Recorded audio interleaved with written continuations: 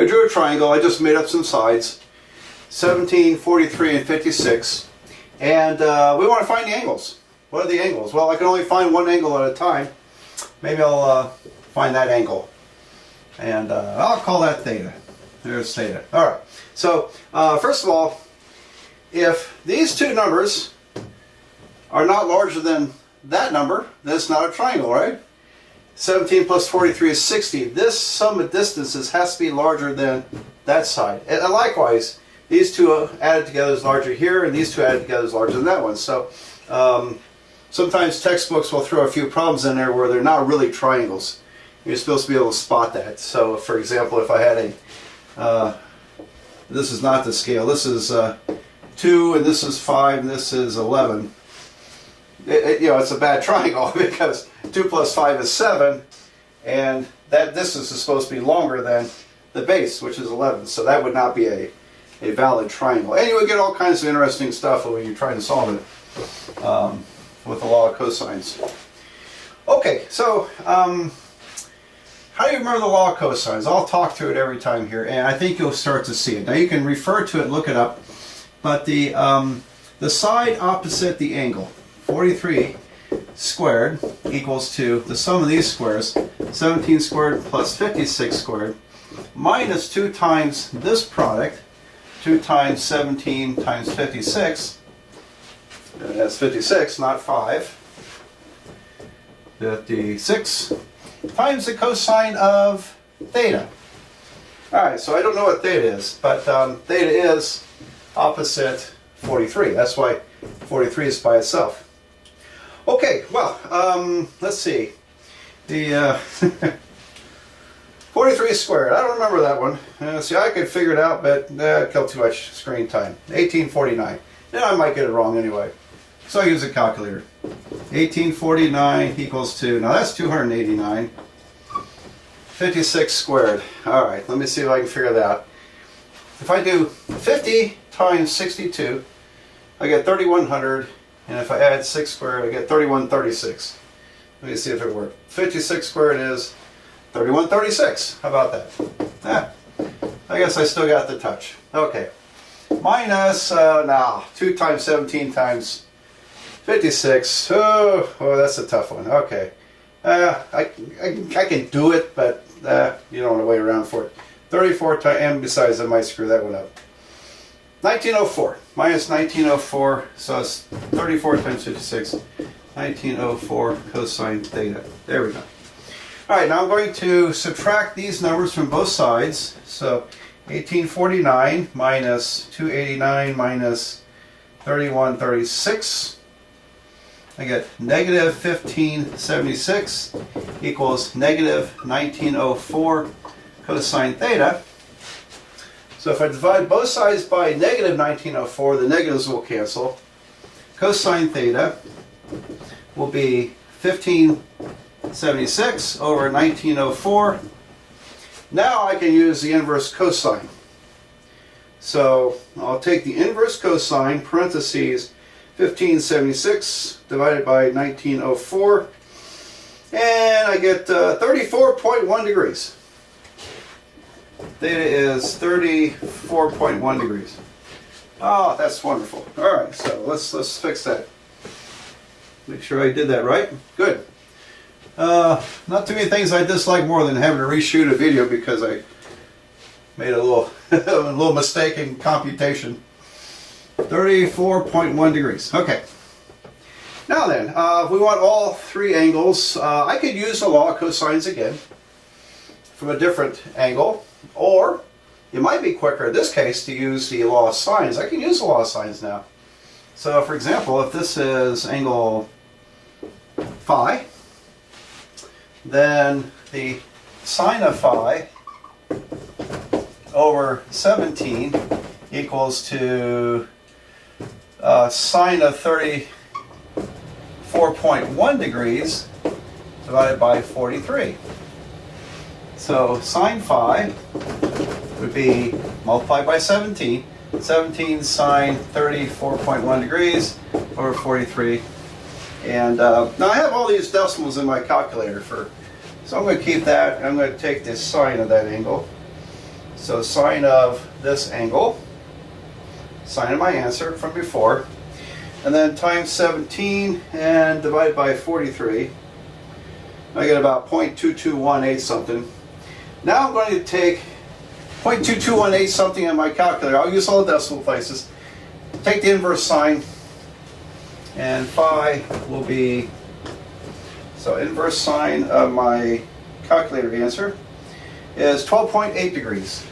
12.8 degrees. All right, so 12.8. You know, I didn't try to make this to scale very well, but it's not too far off, I guess. 12.8 degrees. That should be smaller than that side. 12.8. Let me write that a little more legibly. 12.8 degrees. Okay. And the last angle, very easy. Just 180 minus 34.1 minus 12.8, and I won't, I'll just do it on the calculator. 180 minus 34.1 minus 12.8 is 133.1 degrees. There we go. So we saw what's called solving the triangle. We solved the triangle. And there we go. Okay. Well, I want to just briefly tell you about an interesting problem someone gave me years ago. It's kind of related to what we're doing here. Owner of a local motel, he just bought the motel, and he got a hold of me to the college, and he's trying to figure out the size of some property he was trying to buy. And I guess they hadn't told him yet, and he said, well, the property has 4 sides. So he gave me the lengths of the sides, and it was not a rectangle. And he wanted to know what's the acreage. So these 4 sides were known. Now, a minute ago we did a triangle with all 3 sides known. And we could find the area eventually. We're going to talk about area after law of cosines. But can you solve this triangle? If these 4 sides, this quadrilateral, this 4-sided figure, quadrilateral, can I solve it if I know all 4 sides? And I looked at it, fiddled with it. Oh, I can't do that. The problem is that if you took 4 pieces of wood or metal, attach them like this, it would not be rigid. You could bend it around a little bit, and so the area inside would change a bit. So I was unable to. It would have been impossible to give this man the acreage of that property because quadrilaterals are not rigid. Now triangles are rigid. If I had one angle, suppose I knew what this angle was. If this angle was known, then I would know what this triangle is. And with these 2 sides and this side, I would have 2 triangles, and you can't move triangles around. If you attach 3 boards together, you can't move them around. It's not flexible. So triangles are rigid. Because they're rigid, I could calculate these areas, but I would need to know an angle. Okay, to get the angle, I would have to use law of cosines. But with 4 sides, it was impossible. So you do have to have an angle. So anyway, just an interesting observation that came to me some years ago, and I always like to share it with my trig classes. All right, let's do a couple more law of cosine problems, and then we'll tie it all together. How far is it from the pitcher's mound to first base? It's a baseball question, isn't it? All right, so and you may not know all the numbers, so let me draw the picture this time and give you all the numbers you need to work on this. The baseball diamond, and I know most of you know this, refers to the square that frames the baselines. So we have home plate, first, second, and third base, and the distance between the bases is 90 feet. That was settled in the 1800s, and it's just about the most perfect measurement in all the sports, because 90 feet makes it a toss-up whether a runner could steal second base from first base. Anyway, the pitcher's mound is 60 feet 6 inches. So 60 feet 6 inches, it literally is exactly 60.5 feet from home plate. So 60.5 feet from the pitcher's mound to home plate. And the question is, how far is it from pitcher's mound to first base? And so if you watch baseball, you know sometimes in baseball, if there's a man on first base, he'll lead off, he'll step away from the baseball bag while the pitcher's getting ready to throw the ball to the hitter. And sometimes, if the pitcher thinks he's a little too far at first base, he'll throw the ball over here, and the first baseman will try to put out the runner. He's got to scamper back to first base before the ball gets there. All right, so it makes for a wonderful tension in baseball when there's base runners on base. Okay, so we're trying to figure out this distance. I'll call it D. D for distance. And I need one more number here, don't I? And the only number I can pull out of this is the angle. This angle right here, because these are right angles. The pitcher's mound's in the center line here between home and second base, and so it bisects this angle, this 90-degree angle. That's 45 degrees. All right, so and look at that. It's a perfect law of cosines problem. So the distance across from the angle would be d squared is equal to 90 squared plus 60.5 squared minus 2 times this product, 2 times 60.5 times 90 times the cosine of 45 degrees. All right, now cosine of 45 degrees, that's an exact number, square root 2 over 2, but let's just do it all on a calculator, because ultimately we're getting an estimate. Because at the end, we're going to have to take the square root in order to get that distance. So I'm going to type all this in, and then we'll take the square root. All right, so 90 squared plus 60.5 squared minus 2 times 60.5 times 90 cosine 45 degrees. And I get a big number. When I take the square root, it's 63.72. Let me do it this way. So calculate this, take the square root. D is 60, what did I say? 63, I'm going to use all the decimals because I want to do something a little extra here with you. 63.71700834885. So now we can say, oh, it's about 63.7 feet from the pitcher's mound to first base. So it's a little bit farther from here to here than it is from the pitcher's mound to home plate. But let's get feet and inches down to 1/16 of an inch, just for the fun of it, because I think it's good math. So this is 63 feet, and if I subtract 63, I have all this in my calculator. I'm going to subtract 63, hit equal. Now all I have is the decimal. This is the decimal part of a foot. If I multiply by 12, I'll get inches.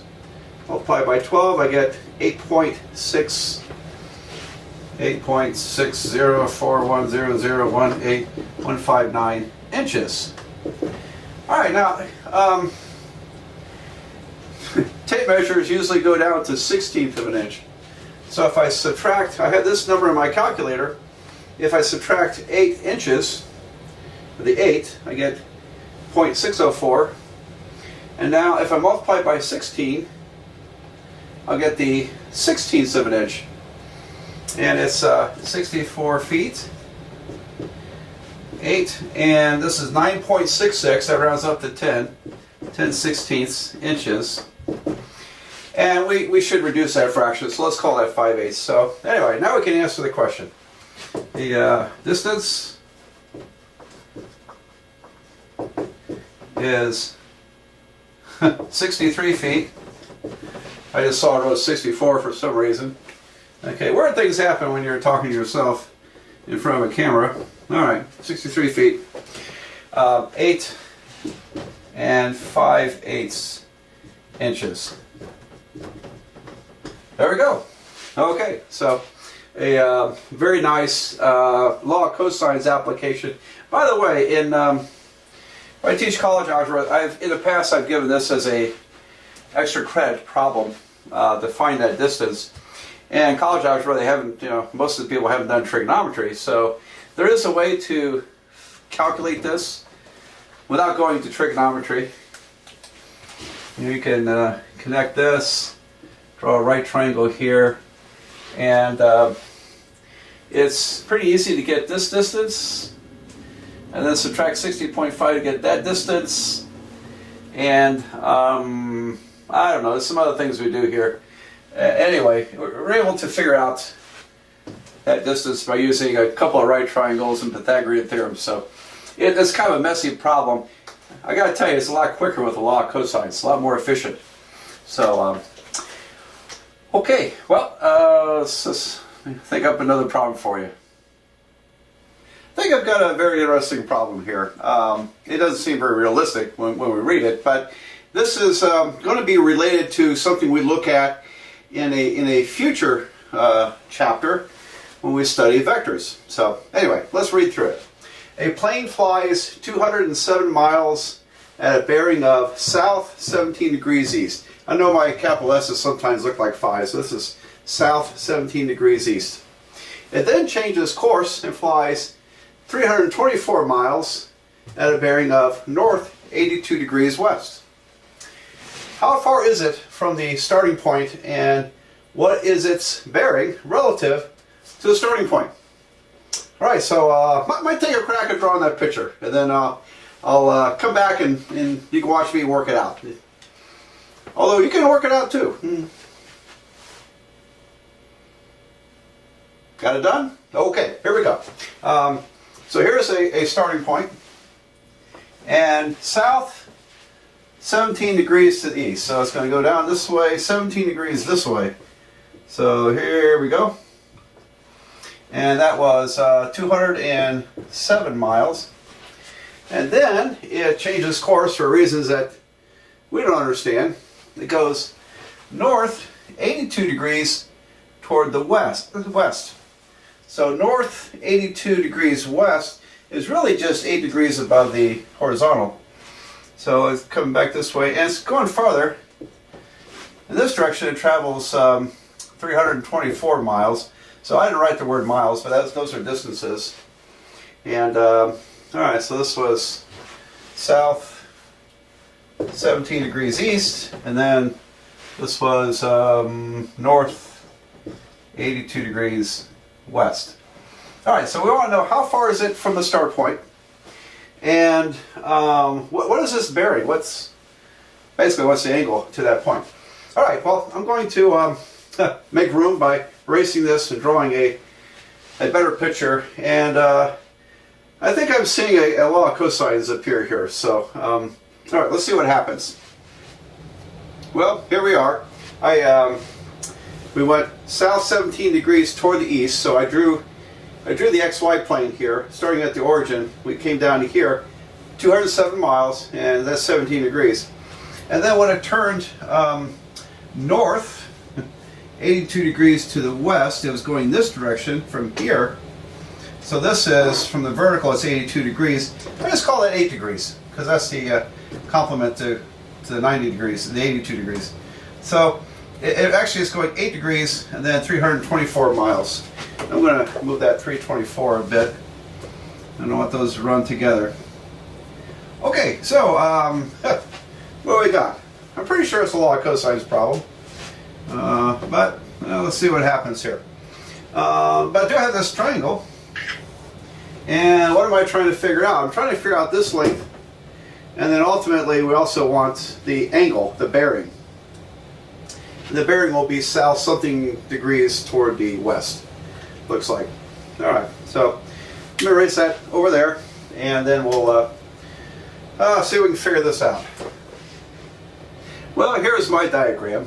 The plane takes off from an airport, flies 207 miles at a bearing of south 17 degrees toward the east.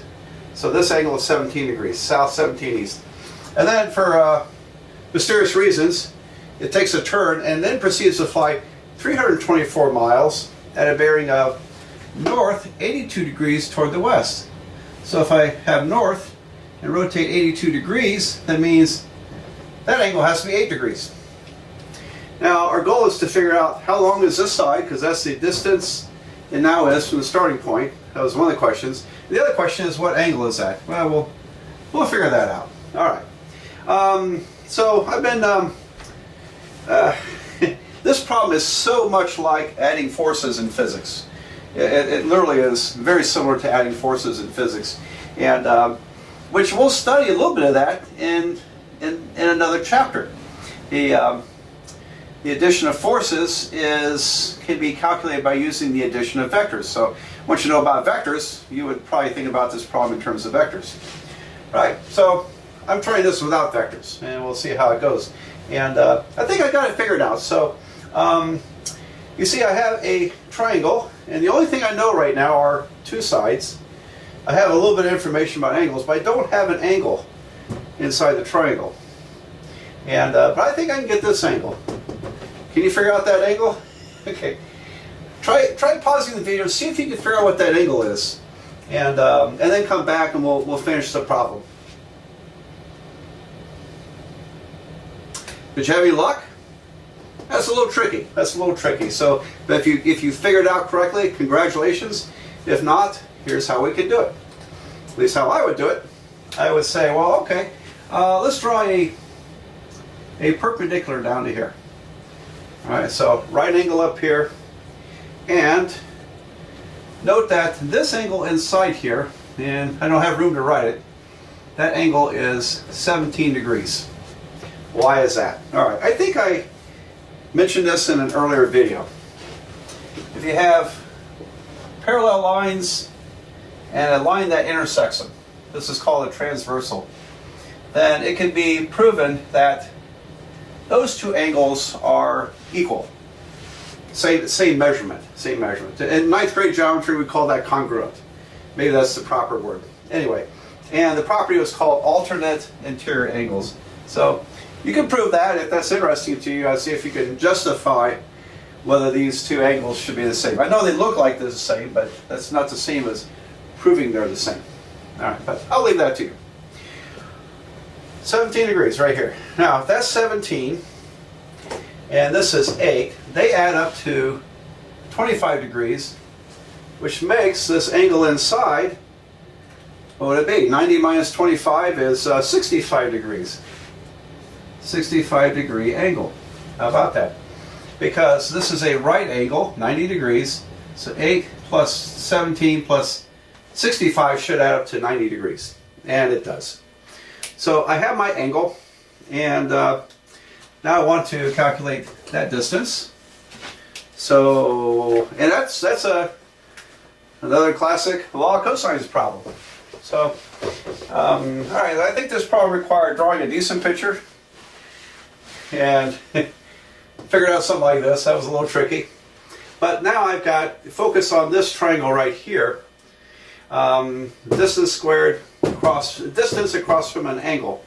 So I always put the distance across the angle on one side of the equation in the law of cosines, and then the other two sides are 324 and 207. So distance squared is 324 squared plus 207 squared minus 2 times their product, 2 times 324, 207. Oops, left off the 7. Trying to make sure I don't go too far to the right here. And then cosine of 65 degrees. Okay, so I hope that's all in the screen. It's going to be close. Let me read it in case something got cut off. B squared is 324 squared plus 207 squared minus 2 times 324 times 207 cosine 65 degrees. All right, well, look, that's it's an easy one, right? You just punch it in your calculator and then hit the square root button. So, let's see. But this time I won't go to feet and inches. 324 squared plus 207 squared minus 2 times 234. 324. 324. There we go. 2 times 324 times 207. Times the cosine of 65. So I want to make sure I punch that right. Did I punch that right? Yeah, you probably can't see it. Okay. And I get a big number. When I take the square root, I get 301.9. Let's go one decimal place. 301.9. So D is about 301.9. Okay. 301.9.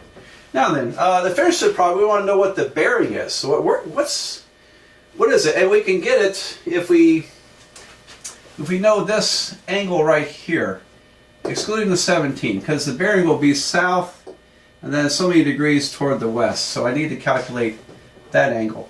But if I could get the entire angle of that triangle, subtract 17 degrees, and we've got it. So how about we use the law of sines? So this, I need another color pen, don't I? I'm going to find that angle. I'll call that theta. And I've got my unknown is an angle, so I'm going to put sine theta on top. Sine theta divided by 324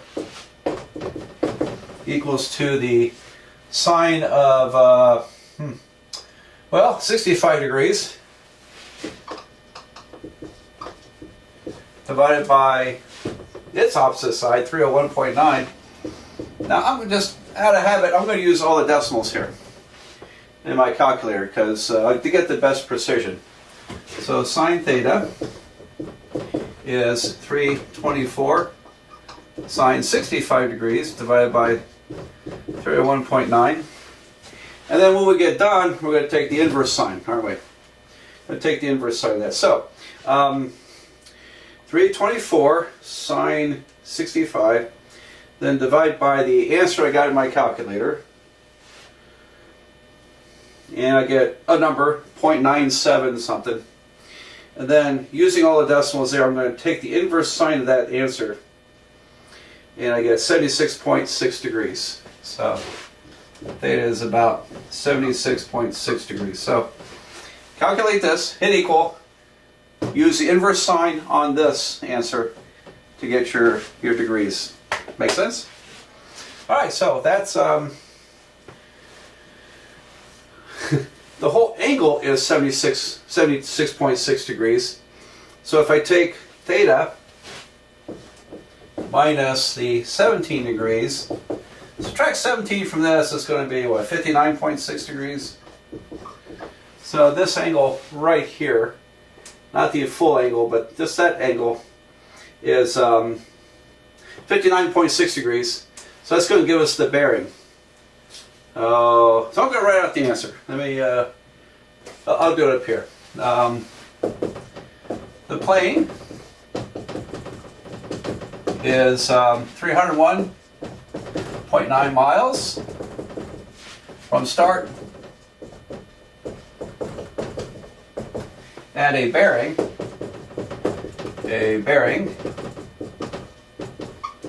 of, what's the bearing?